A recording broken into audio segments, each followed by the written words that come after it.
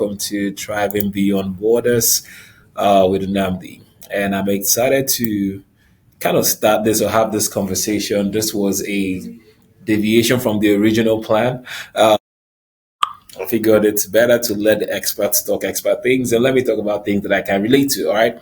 And so that is why we are having this conversation today. I'm excited about getting into this one because the topic today is beyond status. Beyond status, building your life while you wait, building your life while you wait. Now, please, if you're joining me live, let me know where you're watching from, or if you're watching this on YouTube afterwards or watching on LinkedIn, drop a comment and let me know where you are joining from. I'd love to know. It's good data for us to see and know where people are watching this from, and it helps us continue to tailor our content. All right, so today, like I said, I'm talking about something really, really important to me, and it's something that every immigrant who has been navigating this journey for a bit has experienced. Right, at one point or the other, we go through what I call the waiting season. The waiting season, and it's like you are waiting for your papers to come through. You have this dreams of okay settling in this new country, but you have to go through this process to get your authorization to work, get your green card, get all of those things sorted. And during that time where you are navigating this journey, it's almost like, what am I doing? What should I be doing? And it drives most people crazy. So if that is you, you are not alone. It's happened to everybody. It's happened to me. I remember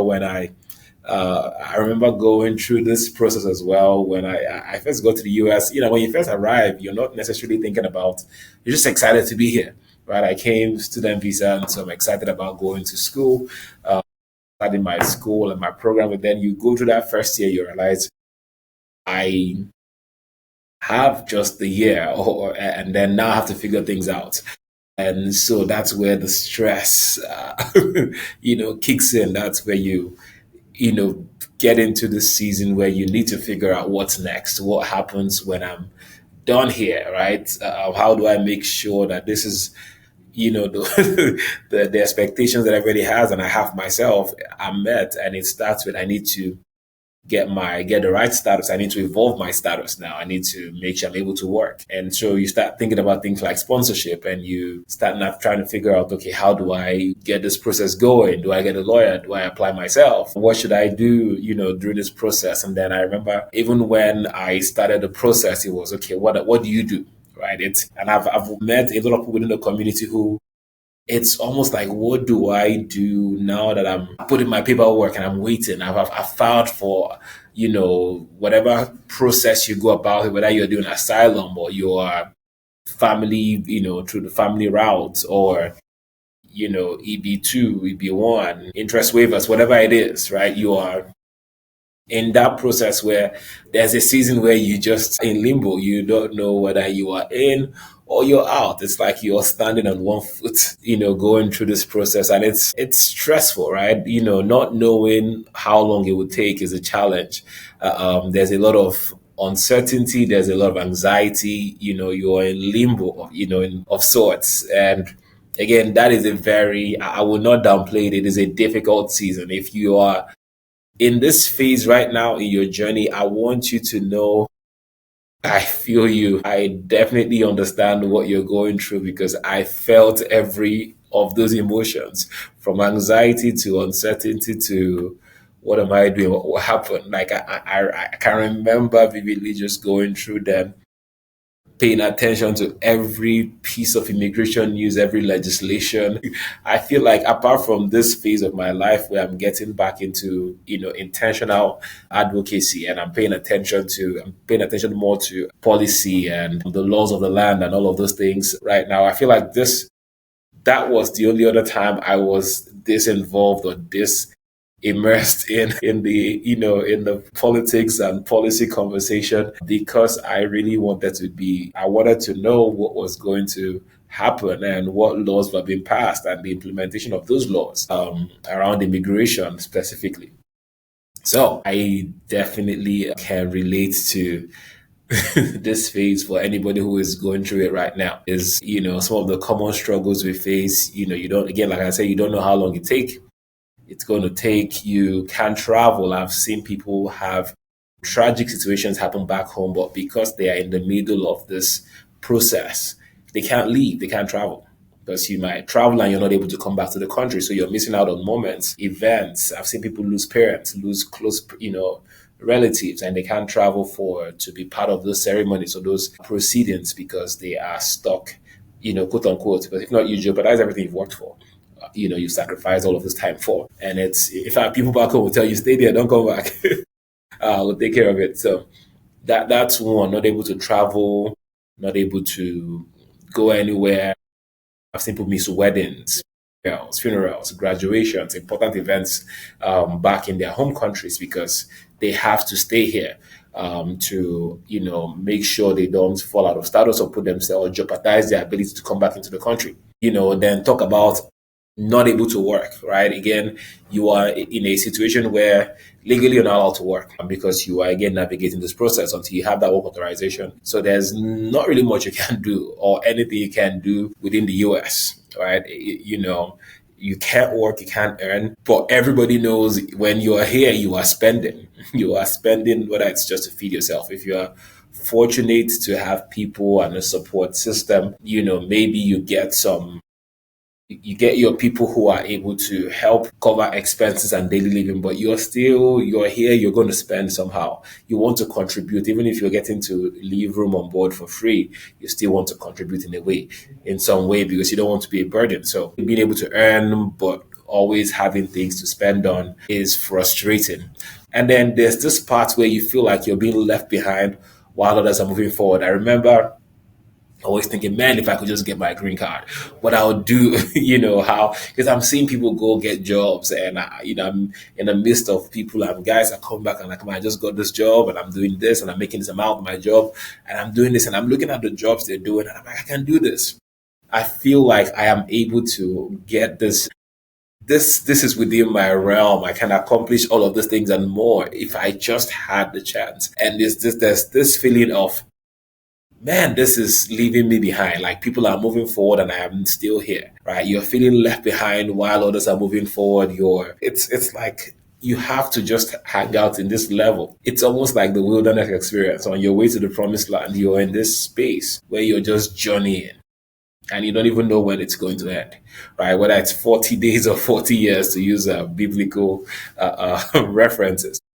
So it is not easy. Right? It is not easy to be in those situations. We talk about the emotional toll that it takes on you. I talk about anxiety. I remember my cousin one time saying, "Hey, now you're depressed."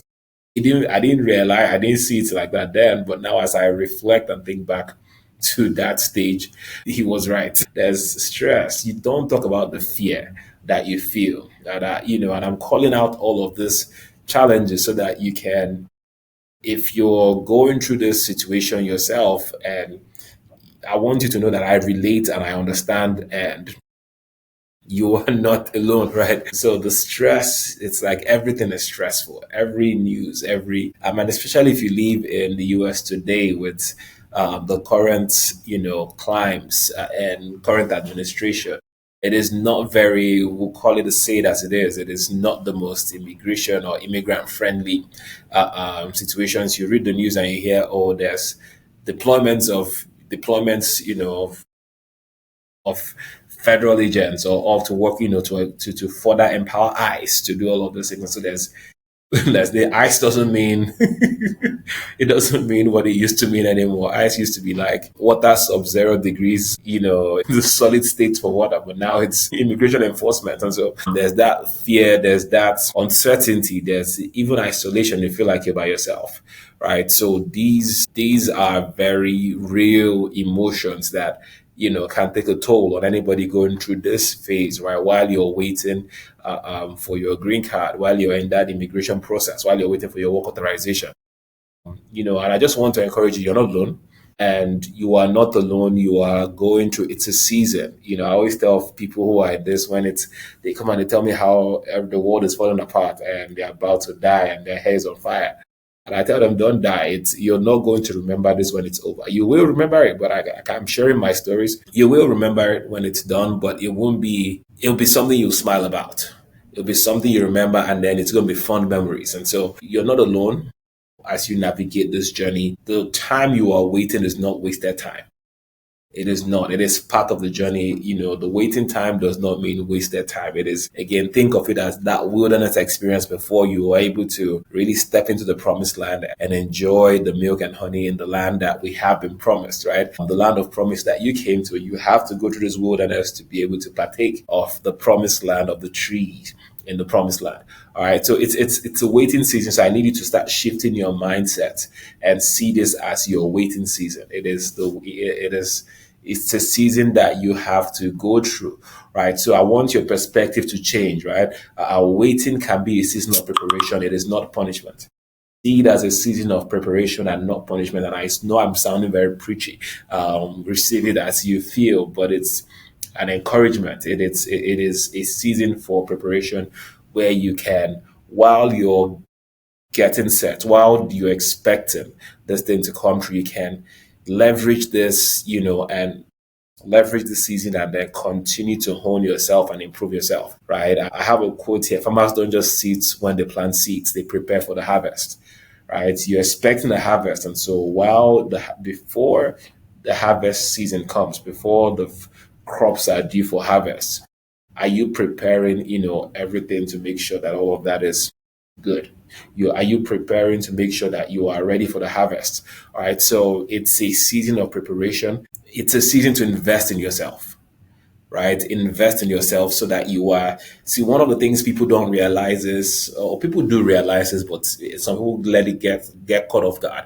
The people who stay 10 years and can't or don't have much to show, even when they have their documentation and everything intact. Those are the people who this thing caught them off guard. The American system, I'll use America as my case study, since that's where I'm speaking from. The economy, the world of work here is one that is skill driven. And I don't mean as skill, people think skill only education and all that. No. The workforce pays those who are prepared. The world of work, whether it's blue collar work, whether it's, office work, it is still going to pay the prepared. If you don't have the skills that are current, you will have to settle. And so a lot of people end up settling because they don't have anything to offer the workforce that is going to pay them. Right? You are paid based on the value you offer. And so while you are in this season where this might be the only time you have time. I'm telling you the truth. This might be the only season where you have time in your hands. Use it to build yourself for the world of work, right? Use that as a season to prepare yourself. Invest in yourself. What are you aspiring to, right? What field are you exploring? Where is your area of expertise? Ask yourself, if I have my green card today, what jobs am I qualified for? If I have my green card today and I'm called for an interview for this particular job, will I get it? Will I rank among the top 10? Will I be qualified to be selected for this job to earn this amount? It's not enough to just fantasize about what you can do if you had your green card. It is, if I had my green card and I was called on at this moment, will I be able to deliver on this? You don't start digging your well when you are thirsty. You start digging before. Okay, you have to start getting ready. Use this period as a season to invest in yourself, as a season to invest in skill development. It is so important. While you are waiting, while you are going through the wilderness, equip yourself. Start digging your well, so that when you get that mail, when you get that notification from USCIS, right, that it has been approved, you can hit the ground running. You can hit the job market. You can do what you need to do now because you've been prepared. You are like you've spent the time to build yourself. You've laid the groundwork. You've prepared for your harvest, and so when it comes, you have the tools. You're not trying to borrow tools at this point. You're not trying to buy new tools. No, you have the tools required to day one get going. So it's a season to invest in yourself. So what are some practical things you can do while you're waiting? I'll spend some time here. Practical things you can do in your waiting season, while you are preparing, in your season of preparation. And I'll break this into four pillars: skills, community, education, and faith.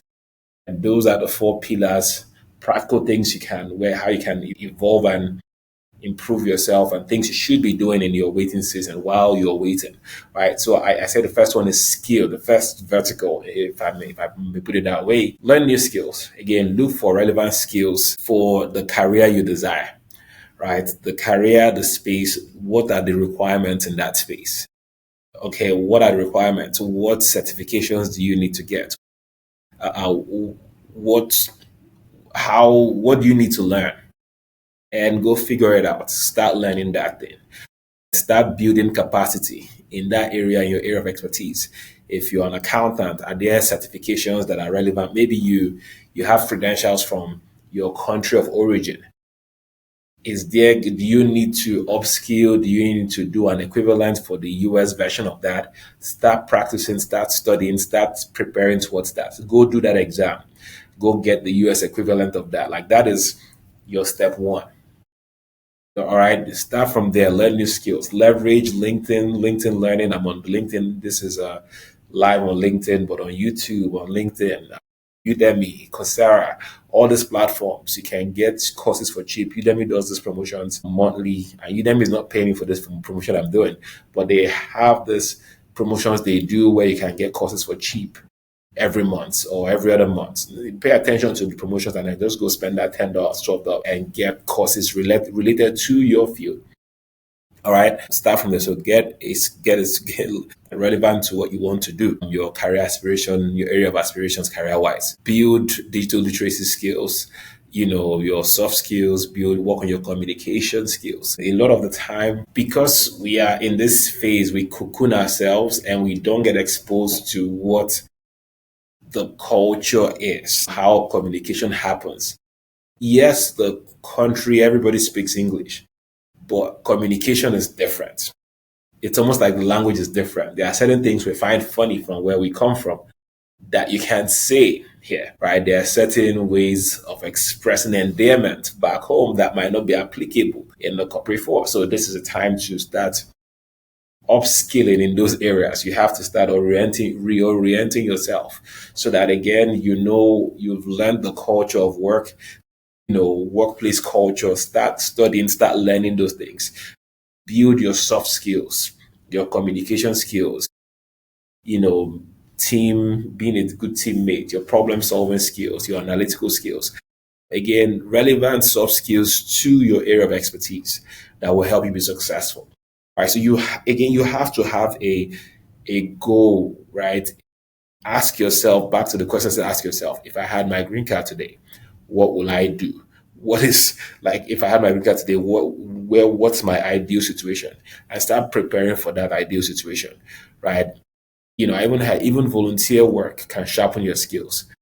There are opportunities within your community where you can work for free. You are allowed to work for free, right? You're not getting paid. You can, if there's places where you can give value in church, places that will let you hone your skills, go for it, right? Go for it. Help organizations out that are doing good work, right? So that you can immerse yourself in the community. You can make meaningful connections. You can this is about skill development. So find opportunities to do stuff that will help you get better and prepare you for that next step. I had a good example of this. I remember then when we were going through our season of waiting for my wife, she helped out with everything and everyone. She said yes to every opportunity in terms of like, hey, are you able to help out here? Yeah, sure, absolutely. Or can you do this? Somebody could, and that's how she got into different spaces, helping out, bringing her organizational skills, her project skills. I remember people coming, then I was working. There was if I'm like, oh, okay, your wife knows how to do that, she knows how to do this. Oh, let's get her, let her come and help us out. And like, sure, I'll help you out. And she went, no official, no pay, no salary, none of that. Pure volunteer work, but helping them organize like then I think they needed help with their marketing efforts and how to go about, I think, social media or something, and eventually all of these things became useful. All of this extra work she was doing for free at the time became very They became meaningful connections you could leverage once we are ready to step into the world of work. All right, so volunteer, get involved, do stuff, but again, make sure you are building your skill set. Number two is community, right? The second pillar is community. Stay plugged in. Stay plugged in. Again, that's where the organizations like the African American Collective are there for you, right? You're networking, you're connecting with other people who have gone through this and are building, or who are in the process and navigating the wilderness together, right? It's a case of you are part of a circle, you are plugged in. We do all of our masterclass series now. We have monthly mixers. That's a place to come out and just connect. One of the things we always do every time we gather is we get people to share, their journey and talk about where they are and do introductions, and meaningful connections are being made, right? You are positioning yourself, you are networking, you are in the mind of other people as well. You are shaking hands. Just there's such an incredible power in community. You can't go through this and then just lock yourself away somewhere. Opportunities will pass you by if you isolate yourself. So stay plugged in, right? Get involved with AIM or your church, right? Attend networking events, attend mixers. When we do our mixers, show up for them, right? Go for your church events, but make sure you are plugged into a community. Volunteer in those places. Volunteer in those spaces. So you are in a community, make sure you're not just coming and going. Find out what you can do, how you can help. Are there opportunities to volunteer? Again, within the African American Collective, we have an abundance of opportunities for you to volunteer to help out, whether with your skills or just showing up, and doing stuff when we have programs. But there is opportunities to serve, to volunteer, but this helps you build relationships. It gives you purpose. Right now, there's something you're excited about. You're no longer just waiting. You are actually contributing positively to a community. You're actually building and giving value, and you're making meaningful connections. You're making impact. Community is the second pillar. Again, I'm talking about practical things you can do while you are waiting. The next one I have here is education, right? Again, we've talked about skills. This kind of aligns with that. Short certifications. Go learn something. Right? Whether it's in tech, in business, in the medical space, there's a lot of certifications. Depending on the direction you want to take your career. If you have questions, again, and I'm plugging AIM, the African American Collective, a lot in this because we have resources, we have connections, we have people on the inside who you can network with that can give you even more information around things like this. But you can't get that from the outside, right? Someone say you can't hit from outside the club. You can't even get in, right? You can get in to this one. You can get in and be a part of it, right? You can get in and be a part and figure out where you need to invest your strengths in for when it comes to learning and educating yourself. Study, like pick up those books and read. I'm talking about education now. Read, find materials, and if you like to read and immerse yourself in these things. Attend webinars, get mentorship, explore entrepreneurship education, for long-term opportunities, but immerse yourself. I remember again going through my season while I was going through this and I was waiting to get a job that would sponsor me. I figured out, okay, tech was broad. I had this computer science and information systems master's degree I had just completed, and I could do a whole bunch of things. I had a bachelor's in computer engineering, so I was just tech, and I realized, okay, I was doing server administration. I was studying for servers. I was doing SAP. I was doing report services and business intelligence. And then I was dabbling into database administration. I was different aspects. Eventually the game changed for me when I connected to friends and realized, okay, this is an area where I am stronger and I have a network around me. And so I leaned into databases then, right? Database and database administration, which I'm still involved in to this day. And the moment I leaned in, I became obsessed with that, trying to understand the in and outs of how this platform and technologies work. Every day you'd find me on YouTube. I consumed everything at my disposal. I practiced, I built, I had my computer. I would build virtual machines. I would tear them down. I would attempt everything I saw. Like I kept on building my proficiency. I became mad good. during this season while I was waiting. Like, so that from day one, when I got my first job offer, and when I got my job, I got two job offers at the same time, and both willing to sponsor. So it's crazy how the game changes in 1 minute, right? When you navigate and get through the season. When I was going through that, I was just going crazy. But my outlet, my escape became watching YouTube and studying, like studying, immersing myself. So I leaned into when I leaned into Microsoft and SQL Server and poured my spirit, soul, and body into learning that. And like day and night, I refused to do anything else. It was a level of obsession with understanding the in and outs of the technology. And I learned so much doing that. And I challenged myself, I pushed myself, just studying and immersing myself because I was wanted to be ready for when my opportunity came. For when my day came, I knew it was going to come. And so I knew I want to be ready for this day when it comes so that nothing will stop me. I won't have an excuse. And that is exactly how it happened. So educate yourself, immerse yourself in, the right kind of information, learn. And the last pillar I call is faith and mental health. Pray. If you're a man of faith, a person of faith, please, prayer works. I do believe in the power of prayer, meditation, journaling, therapy if you can afford it. Just to get yourself centered.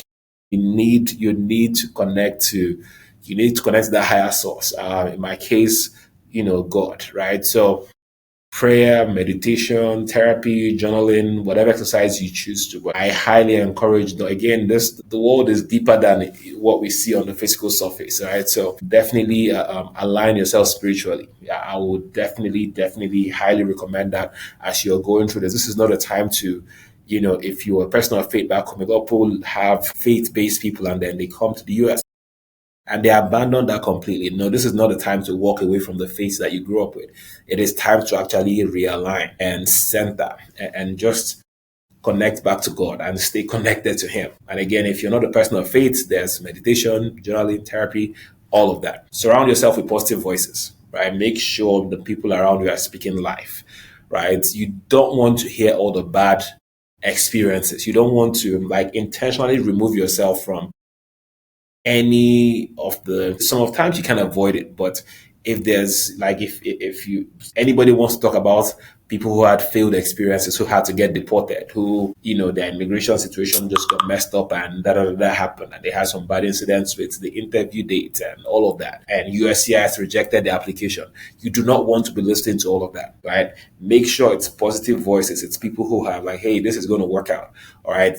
People who have gone through and succeeded and are doing well, those are the people you want to be speaking into you, right? Or those are the voices you want to be hearing. You do not want to be listening to the things that could go wrong, because then pictures start being formed in your mind and then you start meditating on those negative things. And, we don't want that to become your reality. And so we want to make sure we're hearing positive stories and positive affirmations and positive voices all the time, right? And again, faith is an anchor. Again, I'm going back to right. Faith, have faith, have faith. Let your faith be your anchor. Believe that your story is bigger than your status. Your story is bigger than your current status. Your current situation is not your conclusion. And again, I'm sounding very preachy. I'm trying not to be very animated because I am in a public place recording this. But your condition, your current condition, is not your conclusion. It is just a phase, right? It is just a phase. So I want to encourage you: don't pause your life while waiting on your papers. Don't, keep building. Right? You came here with a dream. You have a dream. You have a goal. You have things you're passionate about. Keep working on those things. Keep learning about those things. Keep making connections. Right? Go out and connect to people who are in this space already. Shake hands. Get names. Increase your contact list. But don't pause your life because you're waiting on your papers. Right? While you are waiting, continue to build. Continue to build. I promise you, your future self will thank you, because you don't have to face setbacks. Because again, people go through this where, because they are not prepared, when they get their green cards, when they get their work authorizations, they have to take just any job because now they are set back, they are behind, and they don't have the time anymore or the justification or the excuse to, okay, I need to go and learn something. You need to work. And what that means is you will take any job. And when you take any job, suddenly you're now roped into this rat race and you are not able to, you don't have the time anymore to slow down and learn and all of that because it's hustle, it's grind. All right. So while you're waiting, please continue to build yourself, continue to learn, keep making meaningful connections, keep making meaningful connections. Find one skill to learn this month, right? Find one thing you can learn. What's one thing you're learning as you're waiting? This September is relatively young. What are you learning this month? What are you learning? What are you learning this month? Who are you networking with? Which networking event are you attending to expand your network, right? Make sure you're showing up for a masterclass series. We have something that's actually immigration related this Saturday. Sign up for it. Make sure you're part of that. Attend any of our community events. We have an event coming up October 25th for advocacy and policy. Sign up for that. Registration is live already. Go on LinkedIn and you see the event, or go to our website. Go to any place. We are everywhere. Go on social. But make sure you're plugged in, right? Don't try to navigate this thing in isolation. It doesn't work out well. It doesn't work out well in isolation. It works better in community with people lifting and supporting you through your journey. And I want you to write down one way you take care of your mental and spiritual health. What's one way you will take care of your mental and spiritual health? All right. Again, let me know in the comments what's one thing you're doing while you wait. Is there something I left out? Something maybe you're doing to help you navigate, or maybe you've gone through this season. You've been in the country for several years now. You're not in this season anymore, but you have some tips to share that you did. Please drop those in the comments for us so people can, whether on the live stream or in the comment section when this goes live on YouTube or any other platforms. Please make sure you comment. Let us know what has worked for you. What are some things you did while you are going through this season to ensure that you were able to get through it and come out on top? And yeah, that's my spiel for today. Thank you all so much for hanging out with me. A few quick announcements from the African American Collectives platform. I just mentioned October 25th, we have our advocacy and our policy and advocacy conference, October 25th. It's going to be incredible. It's going to be a hybrid event. So for those of us in Atlanta, you can attend in person. Venue is, it's going to be in Atlanta. We're finalizing the venue this week, but registration is open already. So go ahead and register. And as we get closer, for those who are not able to attend in person, you get the ability to join online. Right. So if you're out of state, you're not based here in Atlanta, and you can't make it down here, absolutely, you can still be a part of this. We have people from government, we have immigration lawyers, we are collaborating with other organizations to have legal professionals come share how we can advocate for ourselves. We're going to have breakout sessions on immigration. So some of the things I'm talking about, practical steps on that address your situation, will be talked about as well, right? And for people who just want to get more into advocacy, into leadership, into policy, into being part of those conversations, this is an event for you that you cannot not afford to miss out on. So that's happening. We will also soon be announcing. You can also save December 7th is going to be our end of year, annual gala. December 7th that's happening. So save that date as well. The tickets will be going live very soon. And I encourage everyone to be a part of that. It's going to be a celebration, just something to culminate the year we've had. It's been an incredible year for us at the African American Collective. We've made significant progress in different areas, and we have an exciting 2026 already. 2026 is already shaping up to be a fun year. I'm looking forward to it. That event will be an exciting event for us to lay out and show you what we have going on. It'll be a nice fundraising event as well. We'll show you what we're working on and how you can get involved in that program. Get plugged in.